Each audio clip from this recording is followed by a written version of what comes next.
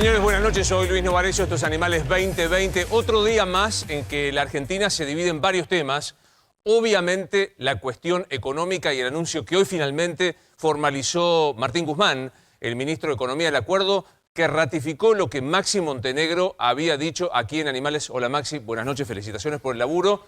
Una oportunidad, dijo el ministro. Sí, vamos a contar, Luis, los detalles del acuerdo y sobre todo cómo sigue la película, qué va a pasar con el dólar, cómo sigue la negociación ahora con el Fondo Monetario. Bien, decir que está sesionando la Cámara de Diputados, entre otros temas, trata la reestructuración de la deuda con legislación local. Está Nicolás Massot aquí en el piso, ex jefe del bloque del PRO. Gracias por estar, Nicolás, hace mucho tiempo que no te veía. Gracias por la invitación. Es una buena noticia que haya acuerdo con los acreedores. Definitivamente. Bien. Es un punto de arranque igual, no es un punto de llegada. A Bien. veces los argentinos nos equivocamos en festejar de más. La verdad es que hace 4 años estábamos en esta misma situación. Y hace 10 años antes de los 4, del 2016, también. No es normal tener 3 reestructuraciones en 15 años.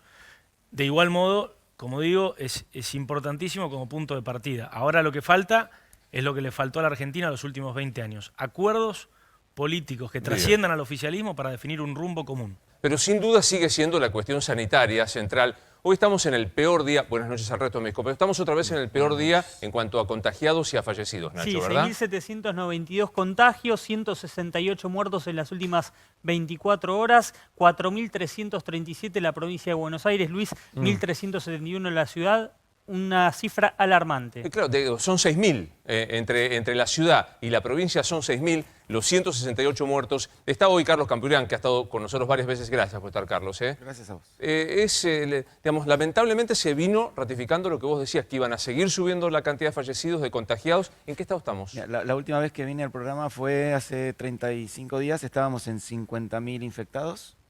Hoy estamos en 213.000. 213.000. Y en 1.100 muertos. Hoy estamos en 4.000 mañana a la mañana. Con un 65% hoy de ocupación de terapia intensiva. Es alto ese número. Con unidades al 100%. Todos los días se suma una unidad más al 100%. Y creciendo, por supuesto, ¿no? Creciendo. Y esto todavía no es lo que va a ser. Acá está lo de las camas UTI, de las terapias intensivas que vos decías. En el AMBA hay un 66,4%, en La Nación 56,5%, hay 1.200 casos. A mí lo que me impacta es que cuando hace 35 días vos venías por última vez, hablamos de 2 cifras de fallecidos. Hoy hemos naturalizado por arriba de 150. Primero una pregunta personal, ¿qué te pasa cuando te acusaban de alarmista, de tremendista con este tema? Nada, sabes que nada, porque yo estaba y estoy muy seguro de lo que digo. Yo, como siempre te digo, yo viví una pandemia, yo sé de qué es, yo sé lo que es, yo sé lo que viene, yo sé. Y no hace falta sacar números, cuentas, cálculos matemáticos. En eso coincido con el presidente el otro día. La verdad que me gratificó. Basta de cuentas, basta de cuentas. Hay que ir ahí abajo. ¿Sabés que hay que ir ahí abajo? ¿Sabés que hay hospitales que tienen cadáveres todavía sin resultado y que las funerarias no se los llevan porque no tienen resultado? ¿Cómo no entiendo el concepto? Claro, O sea, te lo explico. Hay personas fallecidas y no saben si es de COVID. Claro, están esperando el resultado hace unos días porque los resultados están demorando mucho tiempo. Entonces, ni la familia ni las casas funerarias quieren llevarse esos cadáveres. Esos todavía no están contabilizados. Lo mismo que los que se fallecen en el domicilio, que no son pocos, ¿eh? Abuelos que fallecen en el domicilio y abuelas que fallecen en el domicilio son muchos. Pero vos decís, esta cifra, podemos ver, perdón, diré que te complico, podemos ver la primera cifra, la primera placa, que es la de las cifras de los fallecidos totales, ahí está, 168 fallecidos. Vos decís, estos 3.979 son más. Sí, son más. ¿De cuánto es la demora? Hoy la demora más promedio, ¿no? Hay lugares que lo reciben más rápido, otros más lento, pero estará en 4 o 5 días. 4 o 5 días desde Sí. que se confirma hasta que Desde que te lo hacen. Hoy falleció un paciente, en la calle por muerte súbita en Mar de Ajó, en la costa. Por protocolo le practicaron el hisopado y fue positivo. Sí. Sí, yo otra de las Quiero cosas decir, que... empiezan a ver cada vez más. Ayer en Mar del Plata también hubo 2 casos post-mortem. Empieza a ver cada vez más porque el protocolo está ahora obligándolos a hacer, ¿o no? Sí, y hace 30 y pico días cuando vine por última vez se hicieron 9.000 testeos. Hoy estamos en 11.000. Bueno, este es un dato que Javi está manejando. No, y además hay que aclarar por qué hasta que no se sepa si mueren de COVID, no se los llevan del hospital y no los van a las funerarias y no se entierran. Porque son protocolos distintos. Claro, claro. Y porque faltan test. Si el paciente murió de COVID, tiene un protocolo de sepelio y de entierro distinto. Correcto. Por eso los cementerios de Chacarita y de Flores en la ciudad de Buenos Aires tienen un espacio especial donde están haciendo muchos pozos para enterrar pacientes que mueren de COVID. No son los pacientes que mueren de otras enfermedades, sino de COVID. Por eso el protocolo es distinto y por eso hay imágenes que se han circulado Correcto. con la gente que Y con el entierra traje, con claro, el todo. traje astronauta. Exactamente. Ahora digo, yo me acuerdo cuando vos venías y decías el 15 de agosto va a ser una fecha muy especial para el sistema sanitario. Hoy es 4 de agosto, estamos a 10 días de Se esto. adelantó esa fecha. Hace rato que son días especiales para el sistema sanitario. Yo hoy recorrí 3 hospitales de 3 municipios diferentes al 100% de su ocupación, al 100%. Y lo que yo todavía no logro entender, hoy le preguntaba al doctor Eduardo López, no logro entender, si tenemos un 66%, queda un, no sé, matemáticas no es mío, pero queda un 40 y algo, 34. 30 y pico. Bueno, ¿por qué dejamos que las unidades lleguen al 100%? Con una reducción de personal muy importante. Ahí se cometen errores, se llama mala praxis. Esos errores llevan a la muerte. ¿Por qué llegamos a eso? ¿Por qué no se equilibra la balanza y llevamos a esos pacientes a otro hospital? Le preguntaba a Eduardo López y Eduardo me decía, yo pertenezco al comité de nación y no al de provincia. Ahí está el problema. Como dijimos una vez acá, La coordinación. única tiene que ser. Bueno, la región sanitaria 1 en Bahía Blanca, en el sur de la provincia de Buenos Aires, tiene poco más del 10% de las camas de UTI ocupadas. Sin embargo, Sin embargo, en el conurbano tenemos 80 o 90, pero ¿es posible ese traslado? Sin hasta embargo, hace 3 días, una persona fue rechazada en 10 lugares diferentes y falleció en una ambulancia. en el conurbano? Ahora, mi Entonces- pregunta, Carlos, es esta. Digo, compartirás la impresión de que no hay cuarentena. O sea, que no existe más hace rato la cuarentena. Sí. El presidente intenta con un decreto que dice que va a tener sanciones penales y todo esto, y llegamos a esto.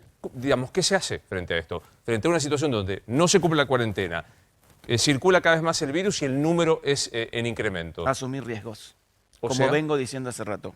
Saber que hay, o por lo menos asumir, decirlo y resolverlo, que hay hospitales que están al 100%, que hay poco personal, que va a fallecer gente.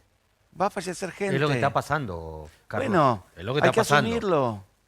Y basta de hablar ya de cuarentena y de aislamiento. Carlos, Es como poner energías en algo que no sucede. O sea, habría que decir formalmente, se terminó la cuarentena, pasemos a otra instancia. Está bien la Pero- responsabilidad social, bueno, que Sí, la pero- cumpla el que la tiene. Pero, Ahora, pero Carlos, ¿vos creés que la sociedad, no sé si argentina, por lo menos la sociedad porteña y del conurbano, se banca que no se puedan atender en los hospitales? ¿Vos ¿Sabés decís, cuándo se la va a asumir bancar? riesgos? ¿Se banca que llegue un enfermo de COVID a ¿Sabés? un hospital y le digan, no tenemos más lugar? ya pasa. Hoy pasa. Hoy tenés sanatorios que tienen carteles que dicen acá no se atiende más. Hoy pasa. ¿Sabés cuándo la gente se mete dentro de la casa? Cuando el número ese de 150 se transforma en 300, 400 o 500.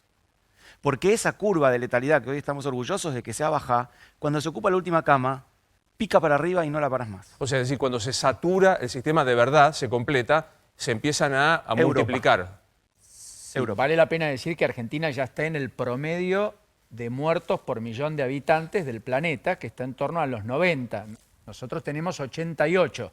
Es una espiral que va creciendo naturalmente al compás del crecimiento de los casos con un nivel de testeos muy bajo en términos Esto para vos sigue relativos. siendo una piedra de enorme discusión, que se hacen pocos testeos. Sí, pero ya no lucho contra eso. Hoy te digo, hoy me parece que el trabajo es 100% territorial. 100% territorial. ¿Qué es 100% territorial? Que salir de la oficina, bajar al territorio y resolver los problemas. Ah, Puntuales. mira, acá tenemos el tema que vos decías no lucho más, que es el de los testeos, ¿no? Fíjate en los países, en Chile 89.000, en 73.000 en Perú, 62.000 en el Brasil y llegamos a la Argentina con 16.000, siempre por millón de habitantes, estamos haciendo la comparación. Te van a tirar por la cabeza que por más que hay 90.000 en Chile, la cantidad de fallecidos fue mayor en ese país. No, por supuesto, también hay países, insisto, también hay países que cuentan los fallecidos en el domicilio, nosotros no los contamos, por supuesto, sin lugar a dudas. O en geriátricos. estamos en un 45% de positividad. Es altísimo, O sea, de cada 10 que testean, 4,5 da positivo. claro. Y la Organización Mundial de la Salud dice que un 10% es lo regular, ¿Por qué crees que no testean más? porque no lo tienen. Claro. Yo lo digo. De hecho, Hay quien cambió me el dice son protocolo, problemas ¿no, Carlos? logísticos. Bueno, problemas logísticos que no están.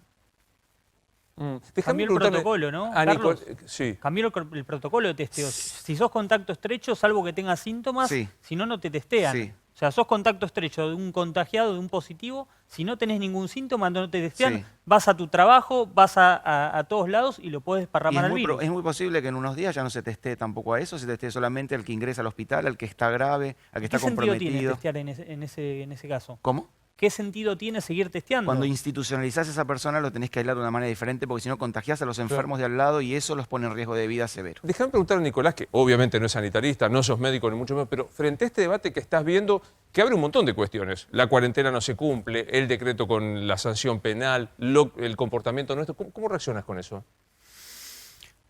Primero con mucha prudencia. La verdad es que no solamente no soy sanitarista, sino que tampoco, como los últimos 4 años, estoy en el fragor de las decisiones. De manera que la información que en general maneja el decisor siempre suele ser más sofisticada y más completa.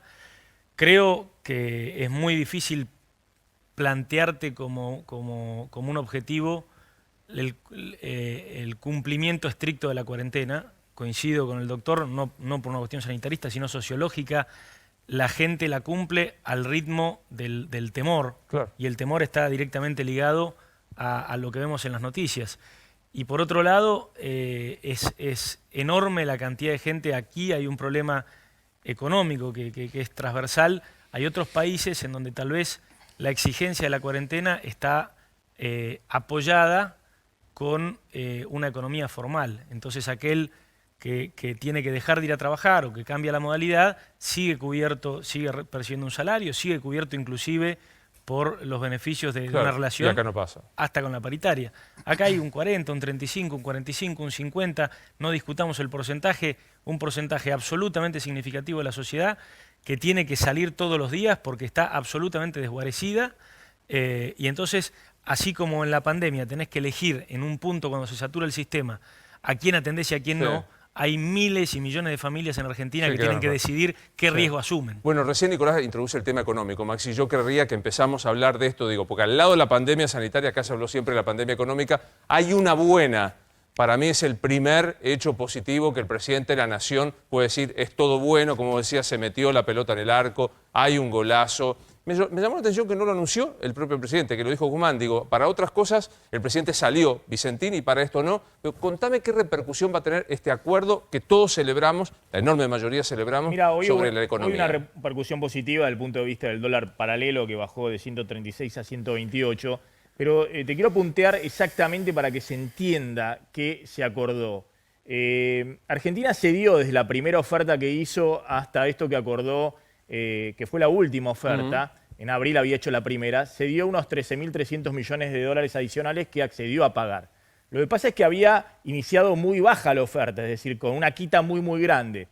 Y logró, fundamentalmente, este es el punto principal, Sí. logró bajar intereses promedio de toda la deuda, que estaban al 7%, al 3%. De un Es gran decir, logro. menos de la mitad los intereses que hay que pagar en los próximos 27 años. Y ese es el principal ahorro de la renegociación de la deuda. No es que desapareció la deuda, no es que Claro. la bajamos a la mitad. Lo que bajamos más de la mitad son los intereses a pagar en los próximos años. Hay un ahorro de intereses de más de 31.700 millones de dólares en los próximos 27 años que había que pagar y que ahora no va a haber que pagar. Y después despeja mucho los vencimientos de capital y de intereses que había en los próximos 4 años. O Entre sea, 2021 a 2021, 2024 dejás que se pueda gobernar. Ahí sí hay que armar un plan y pensar en el país. vencimientos mínimos de intereses para lo que resta del gobierno de Alberto Fernández y para el primer año del próximo gobierno. Recién empieza a haber vencimientos de deuda importante a partir de 2025. 2025. Y los mayores vencimientos de deuda están entre 2030 y 2035. Es decir, que te da un tiempo, 5, 8 años, para que Argentina se organice un poquito. Ahora, si no tenés un plan en algún momento, bueno, Claro, igualmente claro. vamos a tener problemas en el futuro. Y este es el punto principal. A ver, ¿me puedo parar así? Sí, por favor, claro, por lo vemos. supuesto. Este es el punto principal. Gran parte de los intereses que se ahorra de pagar Argentina, se los ahorra en los próximos 3 años. O sea, Fíjate, te da un oxígeno de 3 años con grande. los bonos viejos, que ahora se van a canjear por los nuevos bonos que aceptan los acreedores, había que pagar más de 29.000 millones de dólares en los próximos 3 años, en pleno gobierno de Alberto Fernández. Imposible de pagar. Mirá el año que viene, 10.300 arrancaba y ahora canjeas a 100. 100 en enero, algo más después en julio, pero bueno, ahora tenés 2.800 millones de dólares de intereses en los próximos 3 años. Esto es deuda en dólares bajo legislación extranjera. Si le sumás la deuda local que se está ahora votando en el Parlamento, son 4.500 millones de dólares, pero despejaste totalmente los intereses de los próximos 4 o 5 años. Igualmente quiero aclarar esto porque no se termina de entender. Fíjate en este gráfico, Argentina no hizo una quita de capital. Es decir, esto es lo que había, antes de negociar, lo que había que pagar en los próximos años, 129.000 millones de dólares, de los cuales 66.000 era el capital de la deuda, que prácticamente no se tocó, se va a pagar el capital de la deuda, pero había 60.000 millones de dólares de intereses que se redujeron más de la mitad.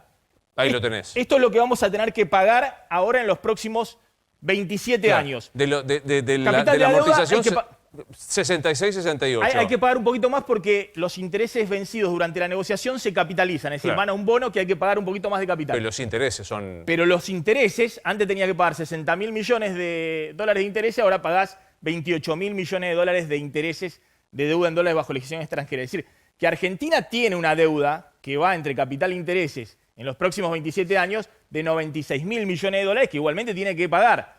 Lo que se supone es que lo que tenés que pagar son los intereses y que si en algún momento volvés a los mercados capitales de financiamiento, vas a poder refinanciar el capital mientras la economía crece y disminuyes el peso de la deuda en el total de la economía. ¿Cómo impacta hacia adelante? Eso. Primero quiero decir, con estos datos es evidente que es un gran acuerdo. O sea que en el estado de situación en el que estamos es un acuerdo muy beneficioso. Favorable. En comparación con otros países de la región que están pasando por situaciones similares y con nuestros propios acuerdos en el pasado, es un acuerdo bueno. Es un acuerdo, insisto, respetás el capital original de la deuda, pero le pagaste más de la mitad los intereses. Argentina, 3% de interés, es el interés que pagan los países que le va bien, que están bien calificados. Argentina, sin un plan económico, sin tener todavía un acuerdo con el fondo, logró renegociar con la historia de cumplimiento. Le quiten entre deuda local y extranjera, puede ser más de 37.000 millones de dólares de intereses. Sí, hay que agregar acá que todavía falta lo más relevante, que es la renegociación con el Fondo Monetario, porque como bien decía Maxi, esta renegociación limpia mucho los próximos años, los más inmediatos, pero son precisamente esos años más inmediatos en los cuales caen los 44.000 millones de dólares de vencimientos del fondo. Seguramente va a haber, por la gestualidad que el fondo ha mostrado, una buena negociación, pero difícilmente se alargue demasiado ese perfil. Totalmente. Entonces hay un desafío latente. La clave acá es, esto le pone en el corto plazo un techo a los dólares alternativos, al dólar blue. Hoy bajó de hecho un toque, claro, ¿no? Bajó de 136 a 128, pero debiera haber un techo ahí en los dólares alternativos. Efectivamente, obviamente si Argentina sigue teniendo niveles de inflación muy elevados, eso se va a ir corriendo, ese techo para arriba, pero de alguna manera ancla las expectativas de que no va a haber una devaluación violenta y que Argentina va a ir a una crisis total. El riesgo país y el costo de financiamiento... Dejo para después todas las preguntas que tengo para hacerte el dólar. ¿Preferís que terminar con esto? Digo, hoy el precio del dólar, usemos la terminología melconian. Él dice el dólar blue es el dólar buchón. Es el que te cuenta que lo que no coincide con el oficial es la brecha que está mal. Hoy, con esto, ¿necesariamente el dólar va a acomodarse para abajo? Esto, vos decís, ¿es solo un techo o puede reducirse? ¿Qué pasa con el dólar? A valores de hoy, el dólar de pico de crisis de junio del 2002, el pico de crisis del estallido de la convertibilidad en pleno gobierno de Duhalde, cuando el dólar se fue a 4, vos traes por inflación ese dólar a valor de hoy, es un dólar de 122, 123 pesos. De vuelta porque es interesante. Duhalde cuando dice voy a devaluar a un 80, creo que lo quería llevar. No, se le va el dólar de 1 a 4, claro. Una suba del dólar del 300%, pero después ajusta y baja a 3. Bien. Ese dólar, si yo lo traslado a inflación, hoy me da 100... Hoy te da 122, 123 pesos. ¿Por qué hay gente en la Argentina que sigue comprando dólares a 140, desesperada y demás? Porque más allá de que ese dólar es un dólar alto, si vos estás en incertidumbre total, querés refugiar tus ahorros inmediatamente a cualquier valor del dólar. La idea es, acá le empezás a generar algún tipo de certidumbre para ponerle un techo, por lo menos en el cortísimo plazo, a ese dólar que no se siga disparando. ¿Y qué va a pasar con el dólar oficial? Que también tenemos varios dólares oficiales, desde el dólar fideo, al turista, etcétera, Bueno, el etcétera. dólar Porque oficial- se está devaluando. El dólar oficial de 72 pesos, que es para el comercio exterior, exportación e importación, está atrasado. Es un dólar que quedó barato. El dólar de ahorro que compra la gente con el 30%, que hoy está en 100 pesos, está en el medio entre el dólar oficial y el dólar paralelo. Uno tiende a pensar que ahora el Banco Central puede acelerar la suba del dólar oficial, teniendo el ancla de expectativa de cerrar la renegociación de la deuda, y en algún momento debieran converger los dólares a un valor intermedio. Claro, entre los 70 y los 120. Exactamente, no tan, exactamente. Un valor alrededor de los 100 pesos, 110 pesos, eso podría ser en el corto plazo. Después todo ajustado por inflación para No es adelante. poco, porque ya sabemos en la Argentina que por más que ustedes los economistas dicen no se traslada a precio, en la Argentina se traslada a precio el aumento del dólar. Claro, pero hasta ahora el Banco Central, la única ancla que tenía esta economía era dejar quieto el dólar oficial. Claro. Y eso, atrasar el tipo de cambio, tiene costos muy grandes en la economía real. Ahora, como tiene un ancla en las expectativas, y vamos a ver qué pasa con la negociación del fondo, puede empezar a subir más rápido el dólar oficial y además sacar un poco el cepo, porque el cepo es insoportable. No puede ser que haya un cepo para las importaciones, para la producción argentina. Ahí te veo, sí. El riesgo país, el costo de financiamiento, esto es fundamental, no solamente para el Estado nacional, sino para las provincias. Acá hay provincia de Buenos Aires está renegociando su deuda, Córdoba, Santa Fe, que no tienen hoy financiamiento y que a partir de esto se puede reabrir el financiamiento para las provincias y para las empresas, en un mundo donde hay tasa cero, es decir, sobran los dólares, sobra el financiamiento en el mundo, Argentina no lo puede aprovechar hasta ahora. Hay empresas en la Argentina, las empresas grandes, que están endeudadas por más de 16.000 millones de dólares. Si Argentina no cerraba esta negociación, iban todas a default, iban a una catástrofe desde el punto de vista patrimonial para las empresas. Ahora pueden llegar a reabrir el financiamiento para exportaciones, para importaciones y para invertir también. Y finalmente, lo que dijimos ayer y lo ratificamos, esto es un punto de inflexión, es un punto de partida, es una oportunidad que hay que aprovechar y no desaprovechar. Ahora hay que presentar un presupuesto 2021 con metas fiscales y monetarias. Argentina no tiene una proyección mínima de ingresos y gastos y un plan para salir de la crisis que involucra el próximo paso, que es la renegociación de la deuda por 44.000 millones de dólares con el FMI. El FMI va a aceptar patear la deuda para adelante, no hay duda. El tema es en qué condiciones. Cómo va a ir ajustando su gasto la Argentina, cómo va a ir planteando sus metas. La ley de jubilaciones, qué va a hacer con los impuestos. Esa va a ser la negociación dura con el fondo.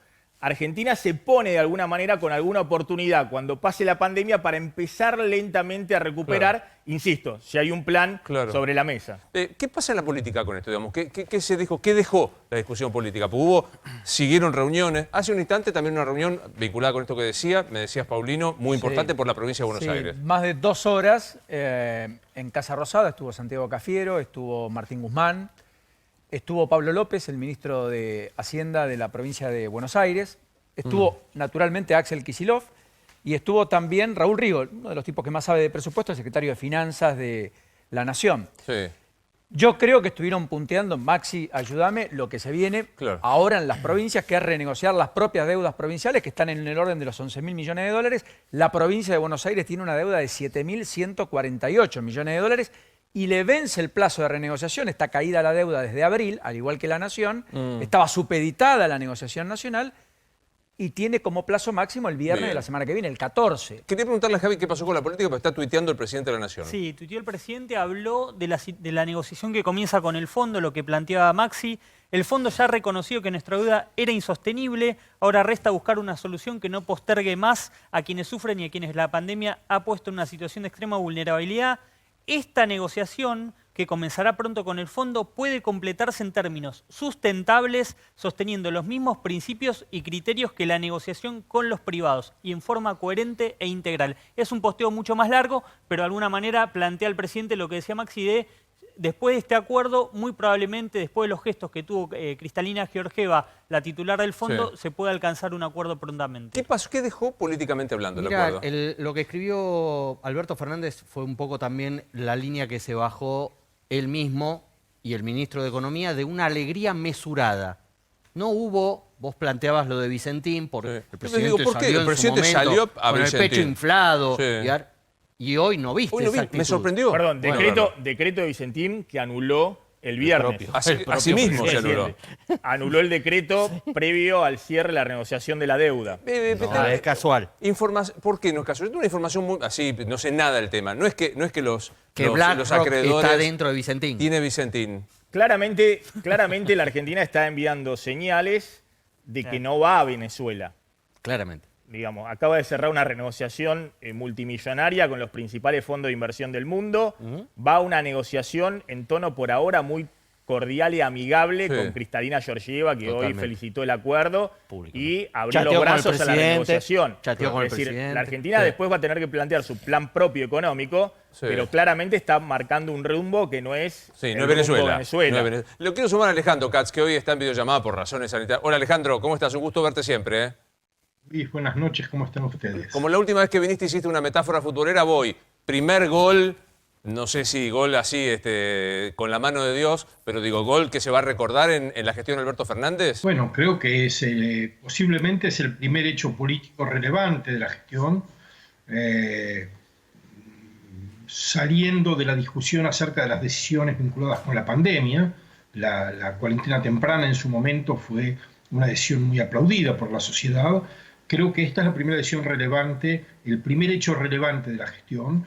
Recordemos que el presidente subordinó muchas cuestiones de gobierno a este momento, lo cual quiere decir que de algún modo es un momento inaugural. A partir de ahora el presidente podrá liberar los programas, los diseños de política que supuestamente venía planificando a la espera de crear condiciones que dependían de la deuda. Claro. Creo además que es relevante porque no convendría olvidar, Luis, que durante muchos meses se auguraba un default por razones ideológicas, no por razones económicas. Buena parte de la opinión pública y sobre todo numerosos formadores de opinión esperaban que el gobierno de Alberto Fernández rechazara la posibilidad de un acuerdo para enseñar su verdadero rostro venezolanizador. Que eso, y lo cierto es que hubo una negociación que posiblemente no fue realizada en los mejores términos, tuvo costos altos para la economía, para la sociedad y posiblemente para el acuerdo mismo, por la dinámica que tomó, por el extendido tiempo que demoró, etcétera, por algunas decisiones que yo no estoy en condiciones de juzgar, pero economistas muy relevantes han cuestionado. Pero lo cierto es que en esa larga negociación el gobierno hizo muchas concesiones, mostró mucha voluntad dialoguista, acuerdista, y hace no muchos días la vicepresidenta tuiteó que no se cedía más, y sin embargo se siguió negociando. Claro, Quiero decir, hubo una gestualidad que no se corresponde con la voluntad de cerrar un acuerdo, que es lo que ocurrió. Claro. Me parece entonces que estamos viendo una cara del gobierno que es la cara de una política que es más verdadera que la de los discursos. Me parece interesante, por eso le preguntaba a Javier, ¿qué se decía en la política del día de hoy? Porque digo, la gestualidad es esta, alegría mesurada, no el presidente. ¿Qué más se dijo? Mira, hay una vieja frase que se le adjudica a Néstor Kirchner que Alberto Fernández la toma muy al pie de la letra. Cuando empezaba su mandato, Néstor Kirchner le decía a varios empresarios que estaban preocupados por ese, ¿te acordás? Se viene el absurdaje que decía Mirta Legrand, y le decía a los empresarios, no escuchen lo que digo, miren lo que hago. Y en esto de no vamos a negociar más, no vamos a dar un peso más, no vamos a dar el brazo a torcer, había una negociación por abajo muy encarrilada, y desde ese punto de vista, Alberto Fernández hoy lo que plantea es un primer paso, veamos cómo sigue, viene lo del fondo, vienen las medidas para la crisis económica de la pandemia, y la pregunta que hay, el debate que hay internamente es si esta es una plataforma para que el gobierno se relance con medidas y con cambio de caras. Tengo un punto. Digo, ya está discutir sobre, no sé si para vos era una discusión, que el modelo era Venezuela. Digo, este acuerdo para vos, el cierre Vicentín, aventa toda la historia, ya no hay más que discutir si es Venezuela, Alberto Fernández gestión. Lo que pasa es que nunca es bueno plantearlo como suma cero, ¿no? Me parece que hay que dejar sensacionalismos de lado, pero hay que estar muy alerta porque digo, para tomar un ejemplo que no sé si estaba en agenda hablarlo o no, pero Sí. me parece que viene al caso. Cuando hablamos de la reforma judicial, por supuesto que hay un aroma o hay un tufillo que por ahí no suena bien. La gente cuando votó el año pasado votó mayoritariamente para un cambio de rumbo económico, no reivindicando algunas de las cuestiones por las cuales cambió de voto en 2015. Entonces, cuando ve esas reminiscencias o esas señales de alarma, inmediatamente reacciona. Ahora, el contenido de la reforma, para ir al ejemplo, tiene muchas cosas que inclusive el propio gobierno de Cambiemos, el nuestro, había planteado. Entonces yo te pregunto, Ahora- ¿que ¿hay todavía riesgo Venezuela? Pero por eso digo, entonces, no es que la reforma judicial es Venezuela. Ahora, hay, por ejemplo, un intento de manejar las subrogancias de una manera arbitraria que hay que frenar. Entonces, no es o es Venezuela o deja de ser Venezuela, hay que estar alerta. Lo valioso de una oposición unida es saber cuándo Claro. podés acompañar y qué podés frenar. Sí, Nacho. Planteárselo de esa manera Sí, no nos lleva a ningún lo lado. que pasa, Mazot, que en el gobierno con estos gestos y con esta diversidad, por ejemplo, hoy Massa dijo que no estaba de acuerdo con la ampliación de la Corte, agita y reaviva las diferencias que hay en la oposición, entre los halcones, los más moderados, los dialoguistas como ustedes. Esa situación, de alguna manera, impide que haya una oposición unida homogénea en este momento. No, porque precisamente la síntesis, cuando vos hablas de halcones y palomas, yo te vuelvo a decir lo mismo. No es halcones siempre, palomas siempre. Uno no es opositor a un gobierno. Uno es opositor a iniciativas puntuales de un gobierno, como al mismo tiempo, al día siguiente o en la misma sesión, puede acompañar iniciativas de ese ¿Sabés qué mismo pasa, gobierno. Nicolás? Entonces, Porque el eje de campaña de Cambiemos, de Todos Juntos por el Cambio, era, viene Venezuela. O sea, No, este fue claro, el sí, eje sí, el eje de campaña fue este, digamos, vuelve el pasado, vuelve... Yo quería preguntarle a Alejandro, y quiebro una lanza por esto que mencionabas hoy, que lo dijo en Radio La Red, Massa, dijo, no a la ampliación al número de la Corte. Digo, el presidente de la Cámara de Diputados, el señor que se Muy sienta fuerte. con Máximo Kirchner, que se sienta con Guado de Pedro. Alejandro, ¿vos crees que todavía hay riesgo o hay que mirar con atención cada uno de los proyectos, como plantea aquí Mazot? A ver, Luis, yo creo que el poder tiene que ser colocado bajo sospecha siempre. La literatura lo explica desde hace varios siglos. El poder busca acumular poder y la riqueza busca acumular riqueza. Esto que está escrito en Hobbes es la norma con la que el poder funciona. El poder debe estar puesto bajo sospecha, debe ser mirado con desconfianza, debe ser acorralado, se le deben pedir explicaciones, debe argumentar sus decisiones de un modo satisfactorio, debe aceptar que si fuera no el poder, sino quien está fuera del poder, esas decisiones no le ocasionarían perjuicios, etc. Este es el marco en el que debe funcionar la democracia. Claro.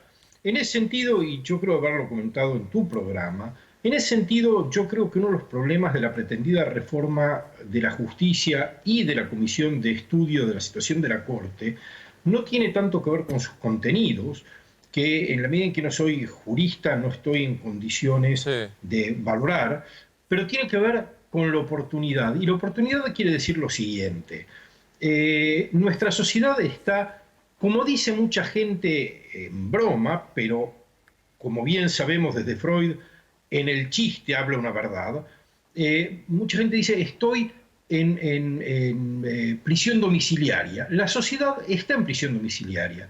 Es más, le acaban de decir, si abandonás tu prisión domiciliaria, te vamos a poner una multa y eventualmente hacer una causa penal y llevarte a una prisión real.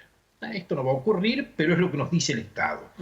Esas no son condiciones en las que se pueda dar una experiencia deliberativa suficientemente amplia como para decidir sobre el futuro de uno de los poderes de la República. Por eso yo insisto, no tenemos que discutir el contenido de la reforma, tenemos que discutir la ilegitimidad democrática de su planteo. No hay que preocuparse por el contenido. Esa reforma es ilegítima y tenemos que repudiar un intento de alterar la estructura institucional del país en un momento en el que no podemos... Yo estoy participando en esta discusión a través de una conexión precaria de Internet. No tenemos espacio público. Y si no hay espacio público, no hay democracia. No hay debate. Bueno, es interesante lo que plantea Alejandro Carlos, ¿no? Que hay que acorralar al poder, hay que cuestionar el poder como norma. salvo para Zaffaroni, ¿no? Que acaba de decir, y en un ratito lo vamos a contar, que los medios animales, no me acuerdo, nos calificó todas estas cuestiones. Digo, porque ahí también aparece, vuelve a aparecer aquella cosa que vos mencionabas de un pasado que vimos, ¿no? De los que criticar es prácticamente ser desestabilizante, ¿no?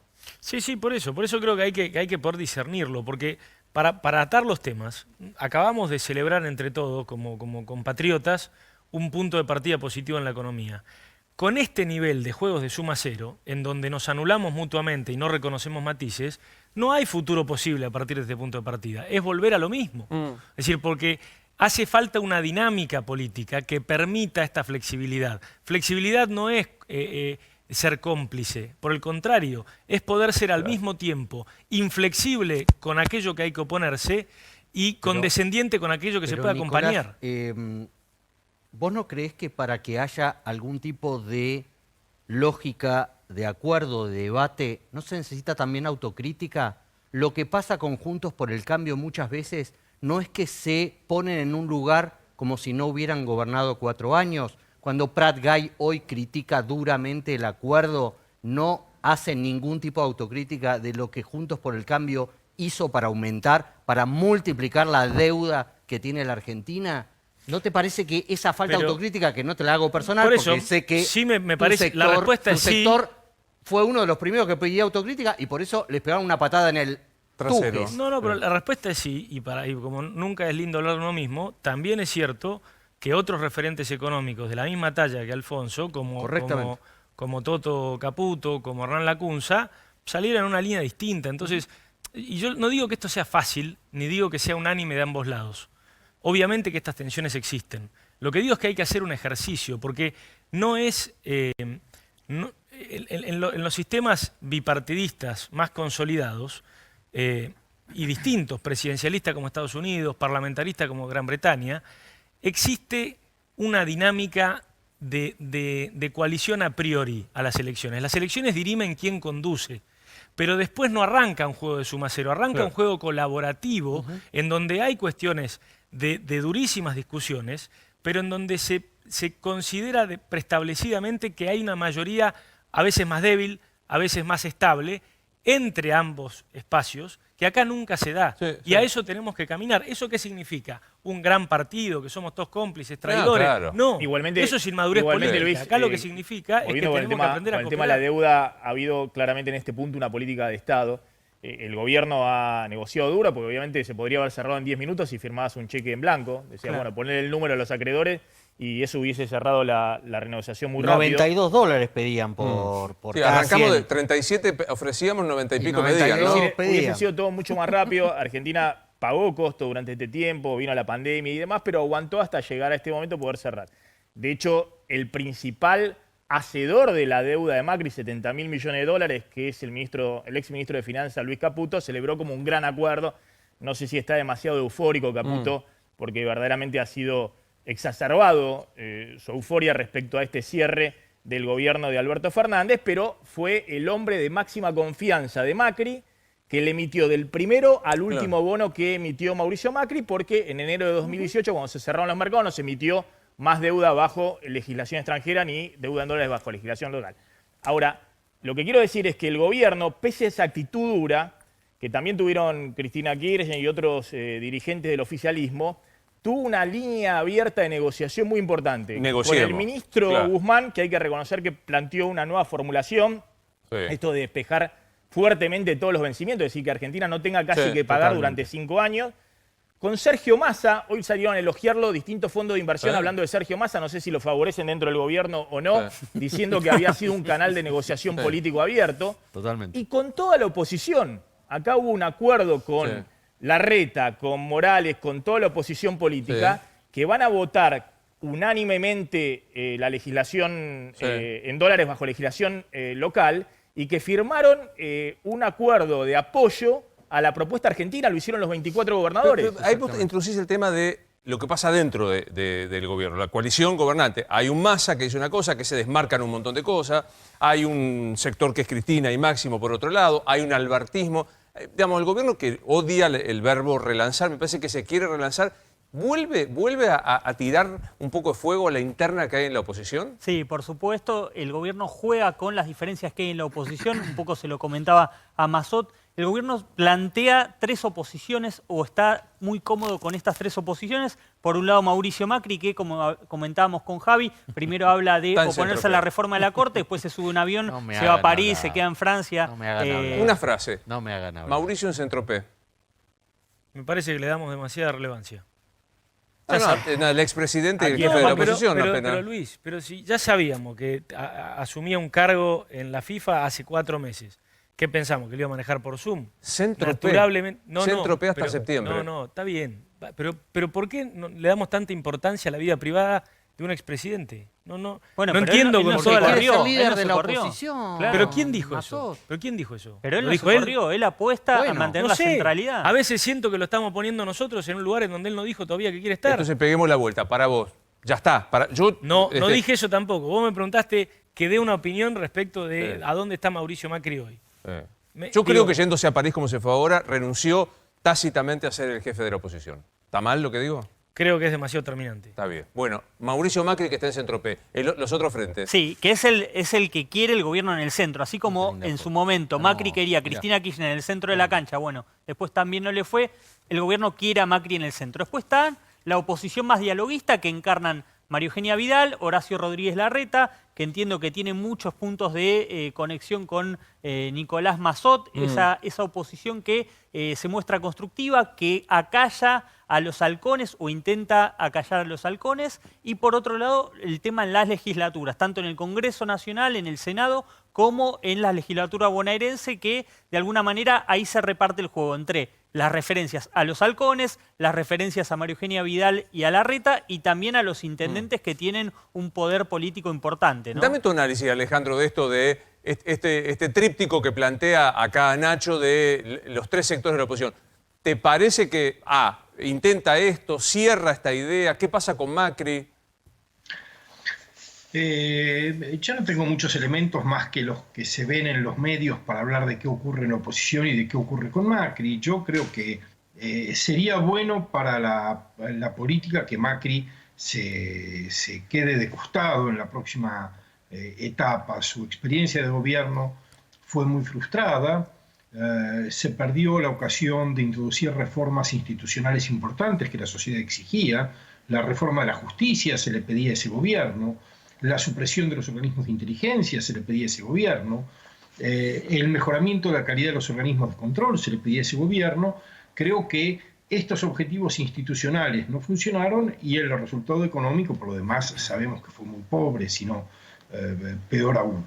Entonces, no sé si es una figura que le conviene a la sociedad argentina, y me parece que se ha colocado del lado de los más confrontativos en su coalición. Yo creo que necesitamos que la oposición sea una oposición de diálogo y de producción de ideas. Yo diría lo siguiente, Luis, estamos, y es normal que estemos hoy concentrados en el acuerdo del Estado con los acreedores extranjeros, pero como dicen los sociólogos, esto es una condición de higiene, ¿no?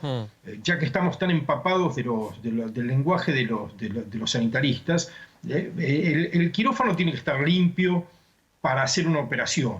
Pero la operación no depende de que el quirófano esté limpio. Es una condición sin la cual la operación va a fracasar. Ahora hay que empezar a operar. Quiero decir, ahora hay que empezar a diseñar un futuro que sea diferente de todos los pasados que conocemos. Hay condiciones para hacerlo por muchas razones. La renegociación de la deuda es una de esas razones. Liberar el pago de los próximos años es una razón. Sí.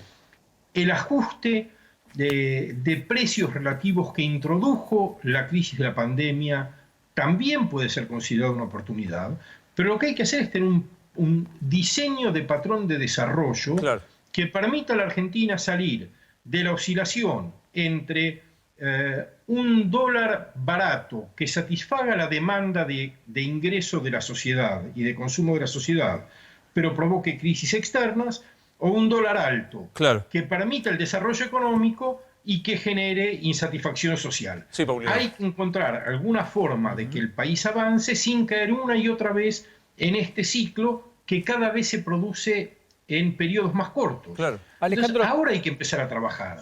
yo tengo la impresión, no sé si coincidís, que en general la tesis del gobierno, vislumbrando lo que Nacho decía, más o menos similar a lo que ha ocurrido en los últimos años en la Argentina. Es decir, el peronismo toma el poder, crea sus propios anticuerpos. En los 90 fueron Chacho Álvarez y Bordón. En la década de Néstor Kirchner y Cristina Fernández de Kirchner emergieron como adversarios en su momento distintos referentes en 2009, Massa en 2013. Es decir, crea el oficialismo y la oposición. Y eso es lo que hace el Frente de Todos inteligentemente. Y va y busca dividir la oposición, fragmentarla. En ese contexto, naturalmente, ser el líder, aunque no sea el líder mayoritario con el 50+1. ¿Te da la impresión que el gobierno va a hacer algo diferente y va a buscar un verdadero gobierno de coalición? ¿O que está en esta lógica de tender los mismos acuerdos que políticamente han sustentado cada vez que el peronismo llegó al poder, o 10 años y medio con Menem, o 12 años con el kirchnerismo? Bueno, a ver, nuestra cultura política es nuestra cultura política, no es la cultura política británica ni la cultura política uruguaya, es la nuestra. No es una cultura política cooperativa, es sin embargo una cultura política que coopera en las crisis más que en los momentos de normalidad. Es una cultura política que ha sabido transitar situaciones terriblemente difíciles sin quiebras del sistema. Desde la recuperación democrática hemos pasado hiperinflaciones, sazonadas militares, la crisis de 2001, la crisis global de 2008 financiera y este momento trágico del mundo. Y nuestro sistema político, con sus vicios, resiste y contiene una sociedad que no estalla, que no se vuelve ingobernable y que no le quita legitimidad a los gobiernos. Creo que esos son virtudes de un sistema político muy defectuoso. Ahora digo, te interrumpo solo para preguntarle a Nicolás frente a esto que estaba planteando Paulino. ¿Qué ves vos? ¿Qué gobierno ves? Es verdad, tenemos 5 meses de cuarentena de pandemia, o sea, todo queda eclipsado por esta situación. Pero ¿qué ves de gobierno? ¿Un gobierno que va a hacer coaliciones, que va a buscar, o un gobierno en donde aparecen los Vallejo, los Zaffaroni y los Eve Bonafini? ¿Qué gobierno ves? Bueno, está todo ahí. Lo que, para seguir la línea que marcaba Alejandro de los momentos históricos y de la reacción frente a las crisis, me parece que el interrogante principal acá en comparación tal vez con las últimas 2 crisis importantes macroeconómicas que tuvimos, 89-91, la crisis de inflación, y 2001-2002, la crisis sobre todo de desempleo y de la convertibilidad. Primero esperamos a chocar y después salimos con un acuerdo político. Es decir, hubo que tocar fondo en ambos casos para que emergiera un acuerdo político que sentara las bases de lo que fueron después 6 o 7 años de crecimiento relativamente sustentable en ambos casos. Acá el interrogante es, ¿vamos a tener que volver a esperar a tocar fondo? ¿Vamos a tener que volver a llegar a una instancia en donde el acuerdo político sea el único camino que queda? ¿O vamos a poder de una vez por todas anticiparlo apelando a la grandeza de un gobierno que a veces parece mostrarla y a veces muestra una cara totalmente distinta? Bueno, acá aparece el tema de la reforma judicial, que me parece que es el tema central para saber qué tipo de gobierno va a ser. Sí, déjame que antes de mencionar lo de Zaffaroni, quiero decirle a Massot que el gobierno tiene decidido que para gestionar quiere a gente como Horacio Rodríguez Larreta, pero para competir electoralmente quiere a gente como Macri. Claro. Afortunadamente, esa es la lógica. El gobierno no decide sobre la oposición. No, claro, pero entendamos cuál es la lógica, que es un poco la misma lógica que tenía también Juntos por el Cambio, para gobernar con los sectores acuerdistas del peronismo, acordémonos de Massa inicialmente, y después ponerla a Cristina como el monstruo. Bueno, hoy el monstruo para el gobierno que necesita agitar es Mauricio Macri. La grieta es muy funcional electoralmente, yo comparto con vos. Electoralmente pero es de corto alcance también. Pero lógicamente. Ahora mi pregunta es, ¿hay intento de generar otro tipo de acuerdo o hay intento de apuntar a los más dogmáticos? Insisto, Fernanda Vallejo, Mariotto se terminó la moderación, Eve haciendo... Y hoy Zaffaroni, que Zaffaroni no es cualquier jurista, quiso ser el abogado personal de Cristina, incluso atropellando el principio que en el Colegio de Abogados te impide que cuando sos juez tenés que pasar un periodo antes de volver a ejercer la profesión. Y hoy Zaffaroni obviamente se la tomó ¿con quién? Con los señores que integran la mesa, que son los periodistas. Una crisis recesiva como la que va a producir este desastre siempre aumenta los delitos contra la propiedad. Eso es inevitable. Y entonces sí, van a recrudecer todos esos comunicadores sociales, todos esos deformadores de opinión, todos esos bestias que aparecen instigando a la venganza. ¿Qué representa, Nicolás, Raúl Zaffaroni? Me parece que hay un diagnóstico que es el que más nos tiene que ocupar de lo que dijo, más allá de que obviamente la descalificación nos merece a todos unánimemente un reproche, pero yo me elijo quedar con lo primero para construir algo, ¿no? Que es algo que creo que a todos nos preocupa, y es la conflictividad social que una vez más va a recrudecer producto de una crisis económica que ya llegó hace rato y que se está consolidando. Entonces, ¿a dónde, porque de vuelta, no quiero gastar un minuto en reprochar la ida a la banquina que tuvo, pero quiero rescatar una preocupación que debe ser común, y es cómo reaccionamos rápidamente para atacar una particularidad que yo creo que es tremenda y en general es tremenda en todas las crisis. Cuando hay cientos de miles de personas de la clase media histórica argentina que por primera vez en su vida tienen una vinculación económica con el Estado. Es decir, necesitan del Estado para llegar a fin de mes. Eso que la clase media en general se jacta de no haber necesitado, bueno, en estas crisis ves que cientos de miles de personas se caen ahí, y ahí es donde nosotros tenemos que poner todos los cañones. Sí, de repente cuando Zaffaroni sale y hace esta afirmación, el día que se arregla la deuda, mucho no ayuda al gobierno, pero eso habla también de la diversidad, y en esto también me pregunto, ¿no? ¿Es posible que el gobierno se amplíe aún más? Tiene adentro a sectores demasiado extremos, a Massa, que es, si se quiere, lo más moderado, lo que lo acerca a los sectores que siempre al kirchnerismo le generaron prurito, el Círculo Rojo, empresarios, bueno, los acreedores. Ahora, tiene adentro a Pino Solanas. ¿Es posible, me pregunto, es posible que se incorpore alguien más? Yo lo que a mí me impresiona es con qué mirada quirúrgica, y se lo pregunto a Alejandro Katz, miramos alguna cuestión del peronismo. Sí, y no estoy defendiendo a la gestión de Massot, que detestó a los periodistas. Sí. Detestó, maltrató y etcétera, etcétera. Pero si alguien en la gestión de Macri hubiese dicho desde el peronismo que eran deformadores, dijo deformadores seriales de la realidad. Sí, digo, claro. Hoy el peronismo tiene un caso tremendo que es el de Facundo Castro Astudillo. No pasa nada en términos de la discusión. No veo el escándalo mediático que debería haber, y hago mea culpa de este tema, pero tampoco los organismos de derechos humanos. Entonces digo, no, Zaffaroni no forma parte del gobierno. Yo, perdón, y Alejandro te quiero... ¿Pidió reformar la Constitución, Zaffaroni? Pidió reformar la Constitución. Quiero decir, yo lo digo con pesar porque fui alumno de Zaffaroni y estudié con los libros de Zaffaroni y lo admiraba. Y tengo un libro, perdón la autorreferencia, dedicado por él porque era un ejemplo de lo que sería el derecho penal. Y que se transforme en la persona que diga que una persona que opina, para usar el término de Katz, que acorrala al poder con la opinión, es un deformador serial que hay que controlar. Yo no sé qué te pasa, Alejandro, cuando escuchas estas opiniones. Mira, yo preferiría que no hubiera opiniones de esa naturaleza o que no tuvieran la relevancia o el impacto público que tienen. Creo que también les damos una importancia excesiva.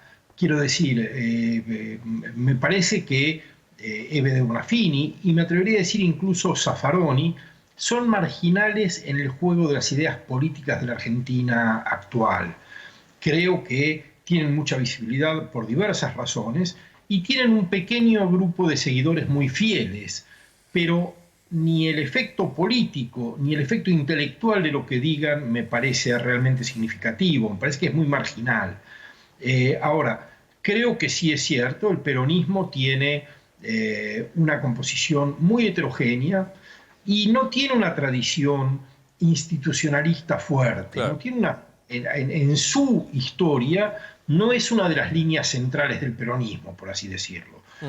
Hay una propensión a confundir gobierno con Estado, partido con gobierno y gobierno con Estado, hay una propensión al patrimonialismo, hay una propensión a la hegemonía discursiva, a que todo el espacio público quede cubierto con una sola interpretación del mundo. Sí. La pluralidad de visiones le inquieta a muchos peronistas. Ahí se cruza el peronismo con la matriz católica que informa buena parte de la historia del peronismo. y no son, diría en términos que en Argentina son malentendidos, pero no son malentendidos en Occidente en general. Al peronismo le falta una raíz liberal, es decir, una raíz del liberalismo político, no del liberalismo económico, del liberalismo político que hace énfasis en el reconocimiento de la legitimidad del oponente, de la prensa como un poder imprescindible en el juego democrático, de la diversidad de opiniones y puntos de vista sobre el mundo, de la posibilidad de perder el poder en un proceso electoral. Al peronismo eso le resulta muy irritante. Perder el poder, por eso señalaban un ciclo de 10 años, otro de 12, otro de... Bueno, no es parte de lo que al peronismo le resulta...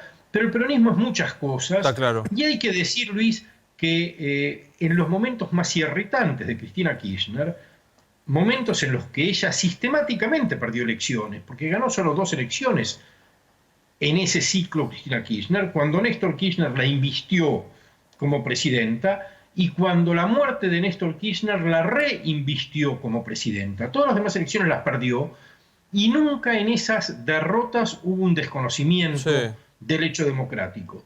Entonces, digamos, hay propensión al cesarismo, hay desconocimiento de la pluralidad y, sin embargo, el peronismo de este ciclo político ha sido un peronismo democrático que se va del gobierno cuando pierde las elecciones, que acepta las derrotas, que se subordina en general a la ley. Bien, Alejandro, ¿vos no creés que algunas de estas declaraciones que vos planteás de personajes marginales políticamente hablando, a veces también lo que buscan no es marcarle la cancha al presidente de la nación, que vendría a militar un poco en el área, digamos, moderada, equilibrada de la coalición variopinta que es hoy el Frente de Todos? Antes que conteste, escuché lo que dice Zaffaroni respecto de la Constitución, pero digo, a mí me parece, yo tomo lo que vos decías, Alejandro, pero no me parece menor en esto que vos planteabas, Javier, que es marcarle la cancha al gobierno. Digo, no solo habló de esto, habló de la Constitución.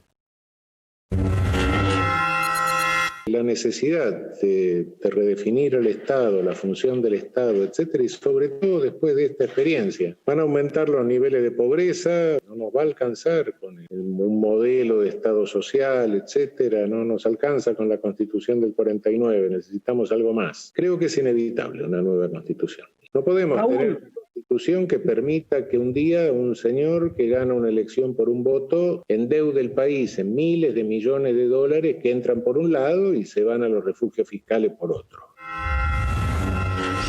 La Constitución del 49. Claro. Ayer recordá que hice referencia a eso porque en los ámbitos académicos dicen, si la intentan imponer, aunque los legisladores de Córdoba del justicialismo, los de Schiaretti, dijeron, si no hay consenso nosotros, a diferencia de otros proyectos, no acompañamos ni votamos.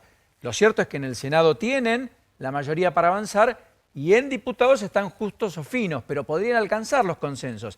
Pero sin acuerdos con la oposición, con el mundo académico, con los jueces, etcétera, el riesgo, la primera semejanza que muchos en el ámbito académico tienen 49. es la rememoranza del 49. A la pregunta que hacía Javier, Nicolás, digo, son los tipos que se van a decir, ojo que nosotros somos esto. Somos los que defendemos los derechos humanos como EVE, somos los que planteamos el modo de vamos por todo como algunos otros, o es Zaffaroni, o es que se le marcan la cancha a Alberto Fernández. ¿Qué son los zaffaronismos dentro de este momento? Yo tiendo a compartir que son expresiones bastante marginales y poco representativas, pero para ponerle un poco de contenido a los incentivos que los pueden mover, siempre hay que pensar que en una coalición están aquellos encargados del Ejecutivo y de mantener la gobernabilidad, es decir, mantener las mayorías, y están aquellos que van por la representación de las minorías, y que en todo caso endurecerse en determinadas posiciones los ayuda a su objetivo, que es representar un 5%, no ser mayoría. Entonces, en toda coalición están aquellos que se ocupan de las mayorías y aquellos que buscan representar minorías. Y creo que hay que naturalizarlo, pero Ahora, sacarle importancia, definitivamente. El problema, Nicolás, es cuando te maneja la agenda pública los sectores más extremos, porque yo coincido con vos, el presidente tal vez gestiona, está con el tema de la deuda, el plan económico, lo que fuera. Ahora, cuando estas voces disonantes te imponen agenda pública, que es la reforma de la Corte, la reforma de la Constitución, te termina metiendo en un lío todo el tiempo, Nacho, ¿no? pero a ver, te marcan agenda pública. Tanto la reforma judicial como una eventual reforma de la Constitución son potestades del Congreso. No es ni de un comité asesor del presidente ni de un ex juez. Ninguno de ellos tiene ni voz ni voto. Lo mejor que puede hacer esa comisión, de gente respetable y por supuesto idónea, es proponerle al presidente la confección de un determinado proyecto a enviar al Congreso. Ahí empieza el juego, no antes. Ahora, yo no sé qué, te pregunto tu pregunta, Javier. ¿Vos crees que estos son outsiders que le marcan el territorio a Alberto Fernández o son realmente una representación que no se puede decir en primera persona? No y son se dice excluyentes. Me parece, coincido con Mazot en que representan diferentes guetos de los cuales el Frente de Todos ha abrevado. Mal no le ha ido, han ganado las elecciones.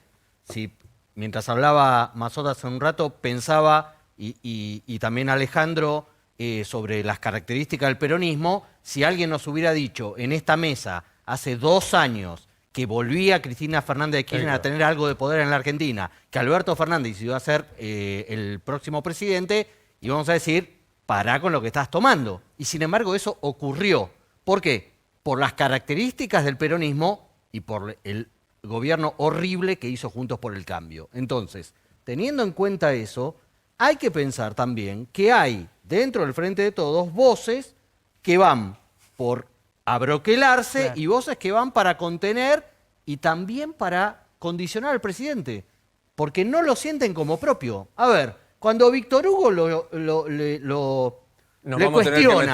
cuestiona Sí. el voto argentino en Naciones Unidas sobre Venezuela, no está simplemente pensando en que se queda con el gueto ese, sino que le está tratando de marcar la cancha al presidente. El problema es que el presidente le salga a contestar. Le salga a contestar a Víctor Hugo por ese tema de Venezuela. Y entonces uno lo que siente es que no están hablando un periodista y el presidente, sino que le están hablando a una tercera persona. Claro. Alejandro, ¿no coincidís en esto? Que es real, digo, que podrán ser exponentes periféricos, como vos dijiste, palabras más, palabras menos, pero el presidente les pone luz y los transforma en principales. Bueno, yo creo que como en toda coalición hay muchas contradicciones en la coalición de gobierno, como las había en la coalición del gobierno anterior, que era muy extensa, desde sectores del radicalismo con una tradición más popular a sectores del neoliberalismo más extremo. Y creo que vamos a tener que habituarnos a tener gobiernos con voces disonantes en su interior. El día que un proyecto de reforma constitucional llegue al Parlamento en un contexto desfavorable como el que yo creo que ocurre actualmente, yo voy a estar en la primera línea de la crítica y de la defensa, pero me parece que la discusión hoy es qué hacemos con un país que está desolado por la pobreza, que está desolado por una fractura social terrible desde antes, agravada por la crisis actual, que ha perdido el rumbo económico y no tiene claro cómo remontarlo. Me parece que, así como ustedes dicen, y es cierto que es posiblemente la intención de Zaffaroni es marcar la cancha al presidente, no debemos dejarnos que nos marquen la cancha a nosotros. Claro. Nuestra conversación tiene que ser otra. Nuestros problemas son otros. Los problemas de la sociedad no son los de Zaffaroni y no tienen por qué ser los de Zaffaroni. Yo no quiero perder el tiempo, lo digo figurativamente, y por supuesto que no me entiendan mal ustedes que están en el estudio hablando de esto, pero no debemos perder el tiempo dándole centralidad a discusiones que son discusiones hoy en día estériles. Claro. En Argentina la prioridad hoy es otra, claramente es otra. Sí.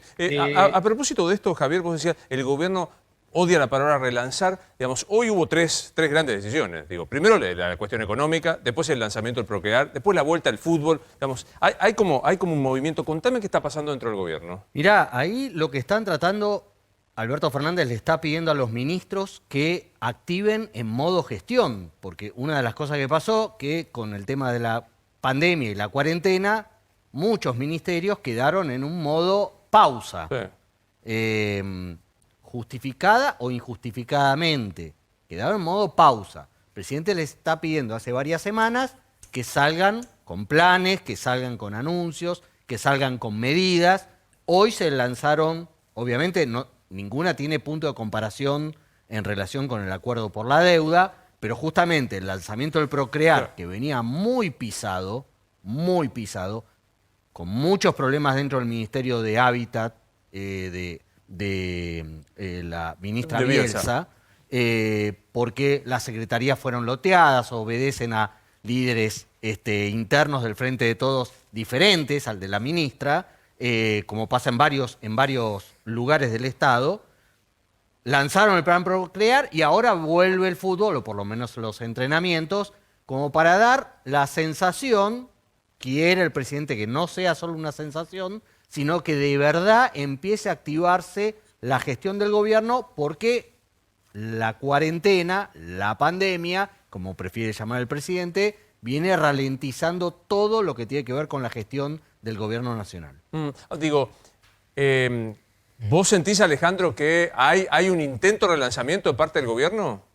Bueno, yo diría, Luis, que más que preocuparme por las ideas de Zaffaroni, me preocuparía por la falta de ideas de la rama ejecutiva de la coalición de gobierno.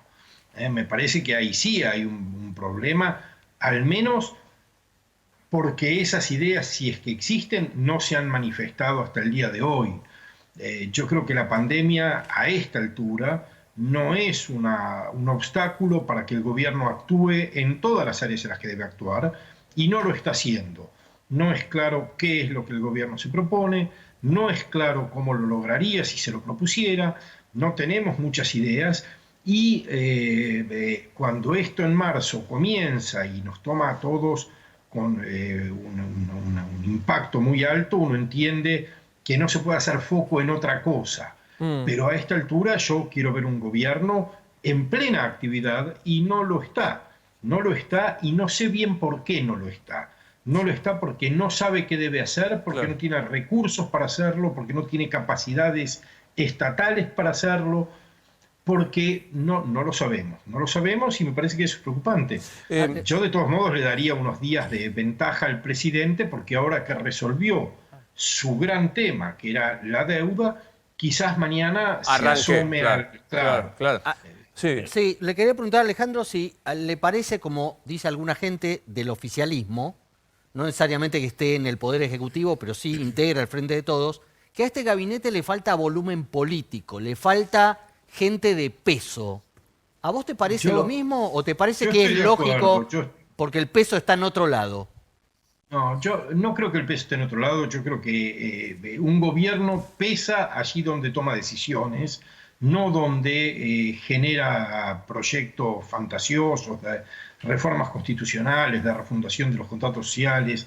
El gobierno juega en los despachos ministeriales y creo efectivamente que hasta el momento esos despachos ministeriales no mostraron la altura que un gabinete nacional de un país en crisis debe tener.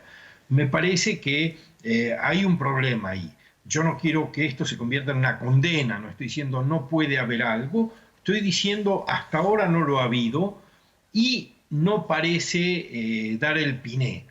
Pero bueno, son 7 meses, de los cuales 5 han sido de gestión de una crisis que no podemos minimizar bajo sin duda. ningún concepto. Quiero hablar un poco de uno de los proyectos que es el tema de la justicia, que no solo es la reforma de los jueces, hay un problema con el procurador que tiene Nacho, pero quiero hacer una aclaración, no voy a decir, no voy a revelar quién me está escribiendo porque no estoy autorizado, pero es de una persona cercana a la vicepresidenta de la Nación, muy cercana a la vicepresidenta de la Nación, que me está escribiendo haciéndome una corrección respecto de Raúl Eugenio Zaffaroni, que nunca fue abogado de Cristina Fernández. Efectivamente, nunca lo fue.